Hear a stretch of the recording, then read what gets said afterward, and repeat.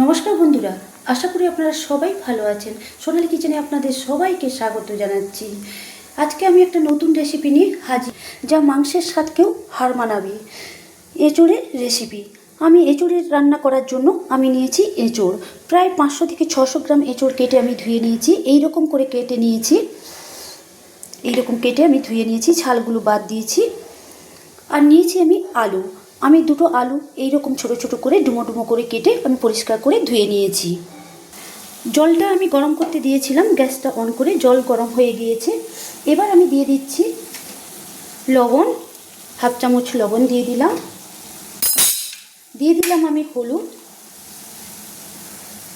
হলুদ দিয়ে দিলাম, দিয়ে একটু খুন্তি দিয়ে নেড়ে নিলাম। এবার আমি দিয়ে দিলাম সেই 500 গ্রাম এঁচোড় আমি কেটে ধুয়ে পরিষ্কার করে রেখেছিলাম, সেই এঁচোড়গুলো দিয়ে দিলাম। আমার বাড়িতে কাঁঠাল গাছ আছে, তো এঁচোড় হয়েছে, সেই বাড়ির এঁচোড় কাঁঠাল দিয়ে আমি রান্নাটা করছি। হলুদটা কেন দিলাম? হলুদটা দিলাম যাতে কষ ভাবটা চলে যায়, এঁচোড়ের কষ ভাবটা চলে যায় এবং কালারটাও সুন্দর হয়, তার জন্য আমি হলুদটা দিলাম। নেড়ে নিলাম। এবার আমি 3 থেকে 4 মিনিট একটু সেদ্ধ করে নিচ্ছি একটা চাপা দিয়ে। এঁচোড় আমি 3 থেকে 4 মিনিট কিন্তু সেদ্ধ করে নিয়েছি একটা চাপা দিয়ে। এবার আমি চাপাটা খুলে দেখাচ্ছি। দেখুন এঁচোড়গুলো সেদ্ধ হয়ে গেছে, কিছুটা সেদ্ধ হয়েছে, তো খুব বেশি আমি সেদ্ধ করি না। এবার আমি এঁচোড়গুলো তুলে নিচ্ছি, একটা ছান্তা দিয়ে তুলে নিচ্ছি।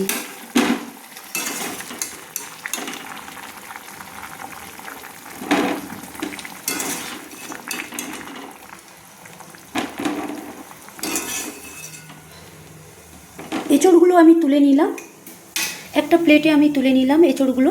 এবার এই জলটা কিন্তু আমি ফেলে দিচ্ছি। এতে একটা কষ জল বেরিয়েছে, একটু সেদ্ধ করার ফলে এই কষ জলটা ফেলে দিলাম। এই কষ জলটা যদি বের করে দেওয়া হয় তাহলে এঁচোড়ের রান্নাটা খেতে কিন্তু দারুণ লাগবে।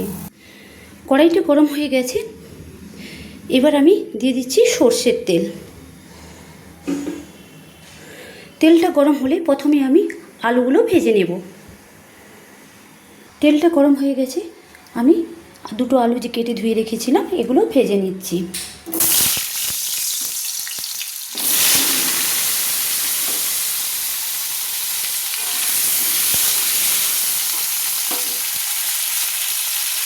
দিয়ে দিচ্ছি একটু হলুদ, দিয়ে দিচ্ছি একটু লবণ। হলুদটা দেওয়ার ফলে আলুর কালারটা কিন্তু সুন্দর হবে, তাই হলুদটা দিয়ে দিলাম। দিয়ে আমি 1 মিনিট মতো আলুগুলো ভেজে নিচ্ছি।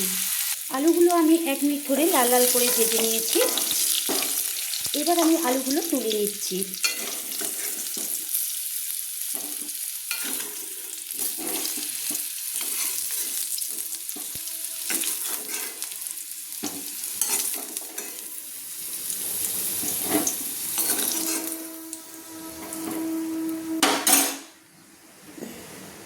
দিয়ে দিলাম আমি আর একটু সর্ষের তেল।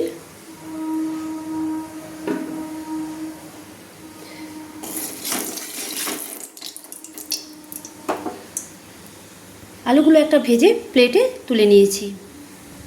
তেলটা গরম হয়ে গেছে, তেল থেকে ধোঁয়া ছাড়ছে। আমি যে এঁচোড়গুলো সেদ্ধ করে রেখেছিলাম, আমি এই এঁচোড়গুলো একটু ভেজে নিচ্ছি।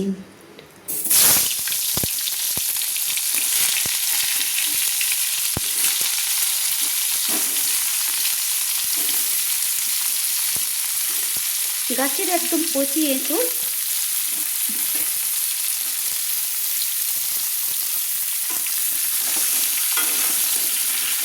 যেহেতু লবণ দিয়ে আমি একটু সেদ্ধ করেছিলাম সেহেতু আমি আর লবণ দিচ্ছি না, আমি ভেজে নিচ্ছি।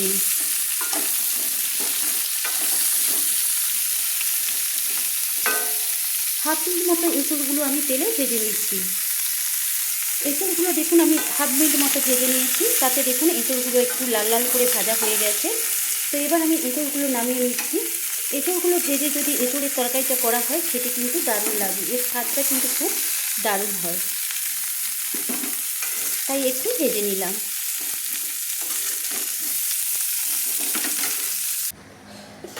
এঁচড়গুলো আমি একটা প্লেটে কিন্তু ভেজে দেখুন তুলে নিয়েছি, একটু লাল লাল করে ভেজে নিয়েছি। এবার আমি রান্নার জন্য দিয়ে দিচ্ছি সর্ষের তেল। সর্ষের তেলে রান্নাটা করে নিচ্ছি। একটু তেল বেশি দিচ্ছি, কারণ এঁচড় রান্নাতে, এঁচড়ের তরকারিতে একটু তেল বেশি দিলে কিন্তু রান্নাটা দারুণ হয়, খেতেও কিন্তু দারুণ লাগে।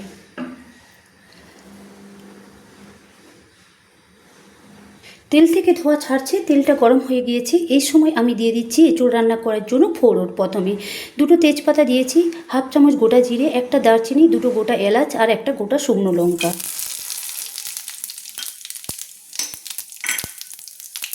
ফোড়ন থেকে একটা সুন্দর মিষ্টি গন্ধ ছেড়েছে, আমি একটু খুন্তি দিয়ে নেড়ে নিলাম। এবার আমি দিয়ে দিচ্ছি পেঁয়াজ। আমি 2টো পেঁয়াজ কুচিয়ে ধুয়ে রেখেছিলাম, আমি দিয়ে দিলাম। মিহি মিহি করে কুচিয়ে রেখেছিলাম। এবার এই পেঁয়াজগুলোকে লাল লাল করে ভেজে নিচ্ছি।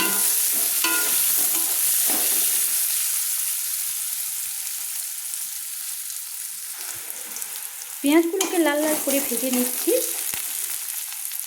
এই সময় দিয়ে দিলাম সামান্য চিনি, কারণ এই চিনিটা দিলে কালারটাও সুন্দর হবে এবং এঁচড়ের রান্নাটাও খেতে দারুণ লাগবে, স্বাদটাও কিন্তু দারুণ হবে, তাই দিয়ে দিলাম।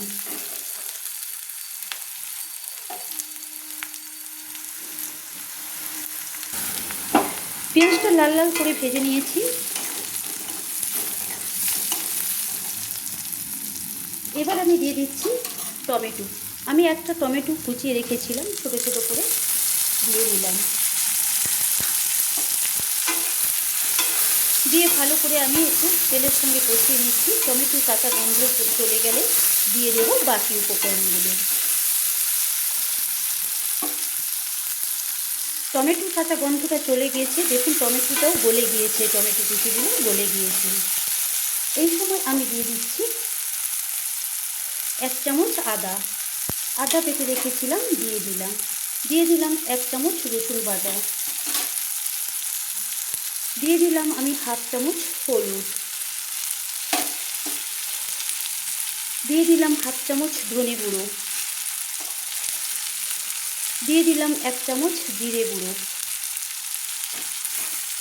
দিয়ে দিলাম ঝালের জন্য 1 চামচ ঝাল লঙ্কা গুঁড়ো। এঁচড়ের তরকারিটা একটু ঝাল ঝাল হলেই কিন্তু খেতে ভালো লাগে, তাই ঝাল লঙ্কা গুঁড়ো 1 চামচ দিলাম। দিয়ে দিলাম হাফ চামচ কাশ্মীরি লঙ্কা গুঁড়ো, একটা সুন্দর কালার হবে তাই আমি দিয়ে দিলাম। দিয়ে ভালো করে আমি একটু কষিয়ে নিচ্ছি। মশলাটা যাতে পেয়ে না যায় বা কড়াইতে বসে না যায়, সেই জন্য একটু জল দিলাম। জল দিয়ে এবার আমি মশলাটাকে কষিয়ে নিচ্ছি। এতে মশলাটা সুন্দর করে কষানো হবে। যতক্ষণ না তেল ছাড়ছে আমি মশলাটাকে সুন্দরভাবে কষিয়ে নিচ্ছি।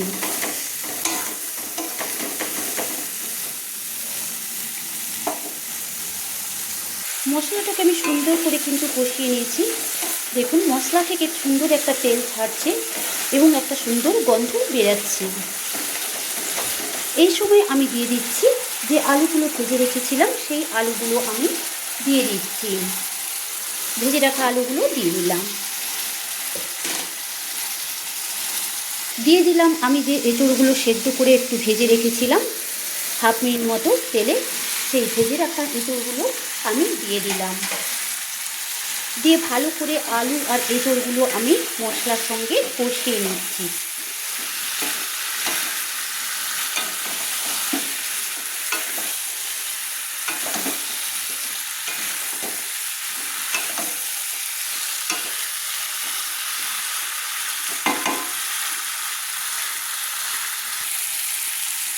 এইভাবে কিন্তু সুন্দর করে কষিয়ে নিতে হবে।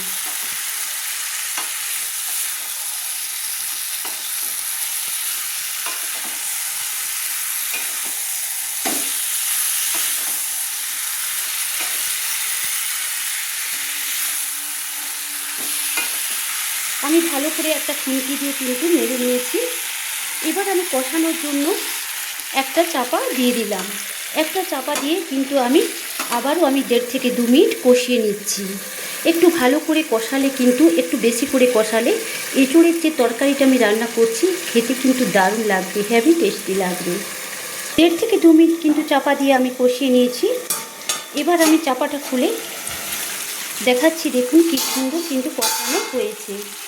দেখুন আলু আর এঁচুড় সুন্দর করে কিন্তু কষানো হয়েছে। দেখুন আমি তুলে দেখাচ্ছি কষানো হয়েছে। এবার একটু খুন্তি দিয়ে আমি নেড়ে নিলাম।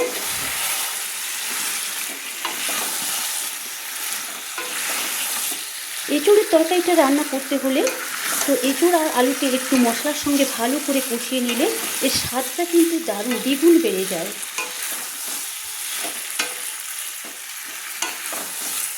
আমার এঁচুড় আলু একদম মশলার সঙ্গে কষানো হয়ে গেছে।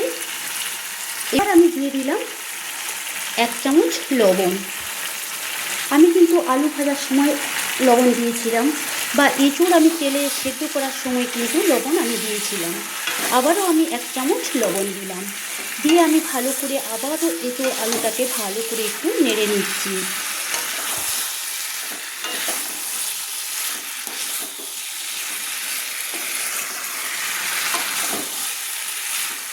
নাড়া হয়ে গেছে।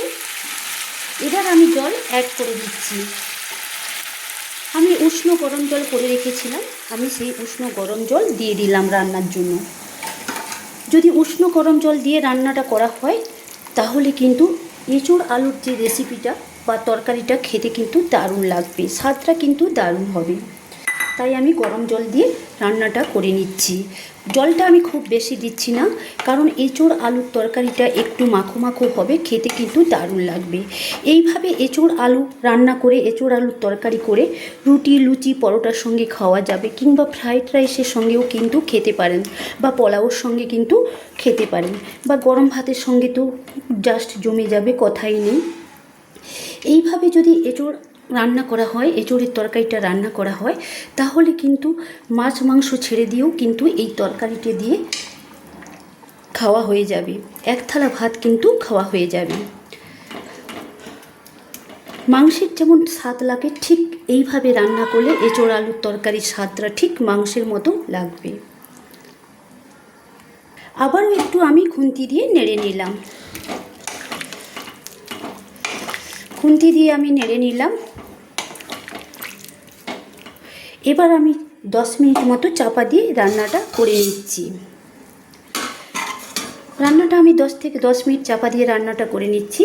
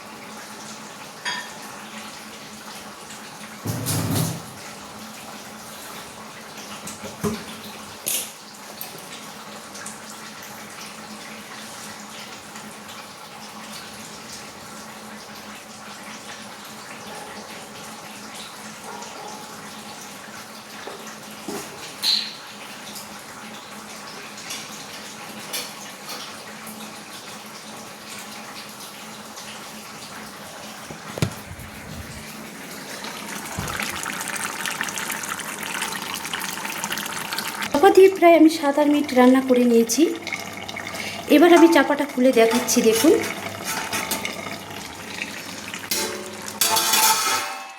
রান্না আমার একদম কমপ্লিট হয়ে এসছে।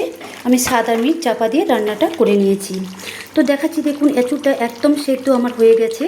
কেটে দেখাচ্ছি, দেখুন এঁচোড়টা একদম সেদ্ধ হয়ে গেছে এবং আলুগুলো সেদ্ধ হয়ে গেছে, কেটে দেখালাম। এইভাবে কিন্তু এঁচোড়ের রান্নাটা কিন্তু মাখো মাখো করে রাখতে হবে। রান্না যেহেতু কমপ্লিট হয়ে এসছে, এই সময় আমি গ্যাসের ফ্লেমটা লো করে দিলাম। দিয়ে আমি দিয়ে দিলাম 1/2 চামচ গরম মশলা গুঁড়ো, শাহি গরম মশলা গুঁড়ো। যেহেতু আমি গোটা এলাচ দিয়েছি দুটো ফোড়নের সময়, সেহেতু আমি অল্প করে গরম মশলাগুলো দিলাম। দিলাম আমি 1 চামচ ঘি। 1 চামচ আমি গাইয়া ঘি দিলাম, মানে গরুর দুধের ঘি আমি দিলাম, কারণ এই গাইয়া ঘির টেস্টটা কিন্তু দারুণ। তো এঁচোড়ের এইভাবে এঁচোড় রান্না করে যদি গরম মশলা গুঁড়ো, শাহি বা মানে গরুর ঘি দেওয়া হয়, গায়া ঘি দেওয়া হয়, গায়া ঘি দিয়ে রান্না করা হয়, তাহলে এঁচোড়ের স্বাদটা কিন্তু দ্বিগুণ বাড়িয়ে দেবে, হেভি টেস্টি লাগবে। আমি 1 চামচ দিয়েছি, আপনারা চাইলে ইচ্ছে মতো আপনাদের ইচ্ছে মতো দিতে পারেন। যেহেতু আমি গরম মশলা গুঁড়ো আর 1 চামচ ঘি আমি দিয়েছি, সেহেতু আমি আর হাফ মিনিট আমি রান্না করে নিচ্ছি লো ফ্লেমে চাপা দিয়ে। লো ফ্লেমে চাপা দিয়ে হাফ মিনিট রান্না করে নিলেই আমার একদম কিন্তু এঁচোড়ের রেসিপিটা একদম কমপ্লিট হয়ে যাবে। হাফ মিনিট চাপা দিয়ে কিন্তু আমি রান্নাটা করে নিলাম। এবার আমি চাপাটা খুলে দেখাচ্ছি, দেখুন রান্নাটা কিন্তু আমার একদম কমপ্লিট হয়ে গেছে।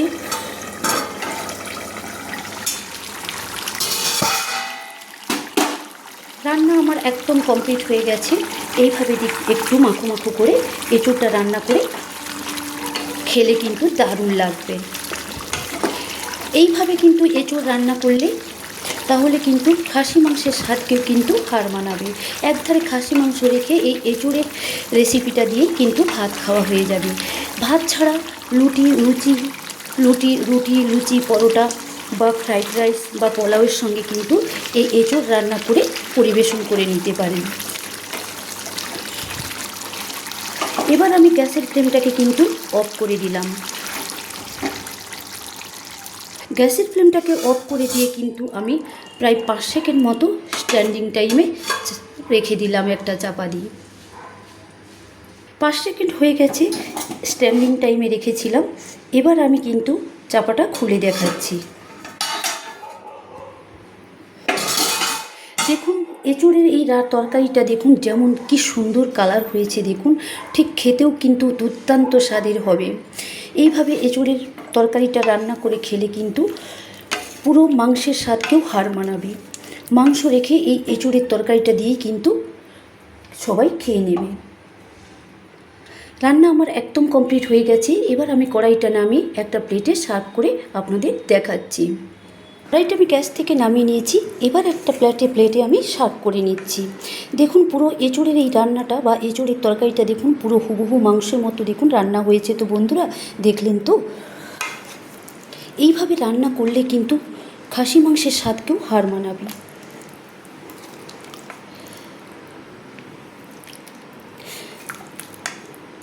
এবার আমি কথা বলতে বলতে একটা প্লেটে কিন্তু সার্ভ করে নিচ্ছি। দেখুন আমি গ্রেভিটা কিন্তু এইভাবেই রেখেছি। এঁচোড় আলু রান্না করে আমি একটা প্লেটে সার্ভ করে নিয়েছি। তো বন্ধুরা আমি আজকে আশা করছি যে আমার এই এঁচোড় আলুর রেসিপিটা আপনাদের নিশ্চয়ই ভালো লেগে থাকবে। তো একটু যদি ভালো লেগে থাকে প্লিজ লাইক করবেন, একটা কমেন্টস করে জানাবেন যে কেমন হয়েছে। প্লিজ যারা সাবস্ক্রাইব করেননি আমার চ্যানেলটা প্লিজ সাবস্ক্রাইব করে দেবেন, পাশে থাকা বেল আইকনটা টিপে দিবেন।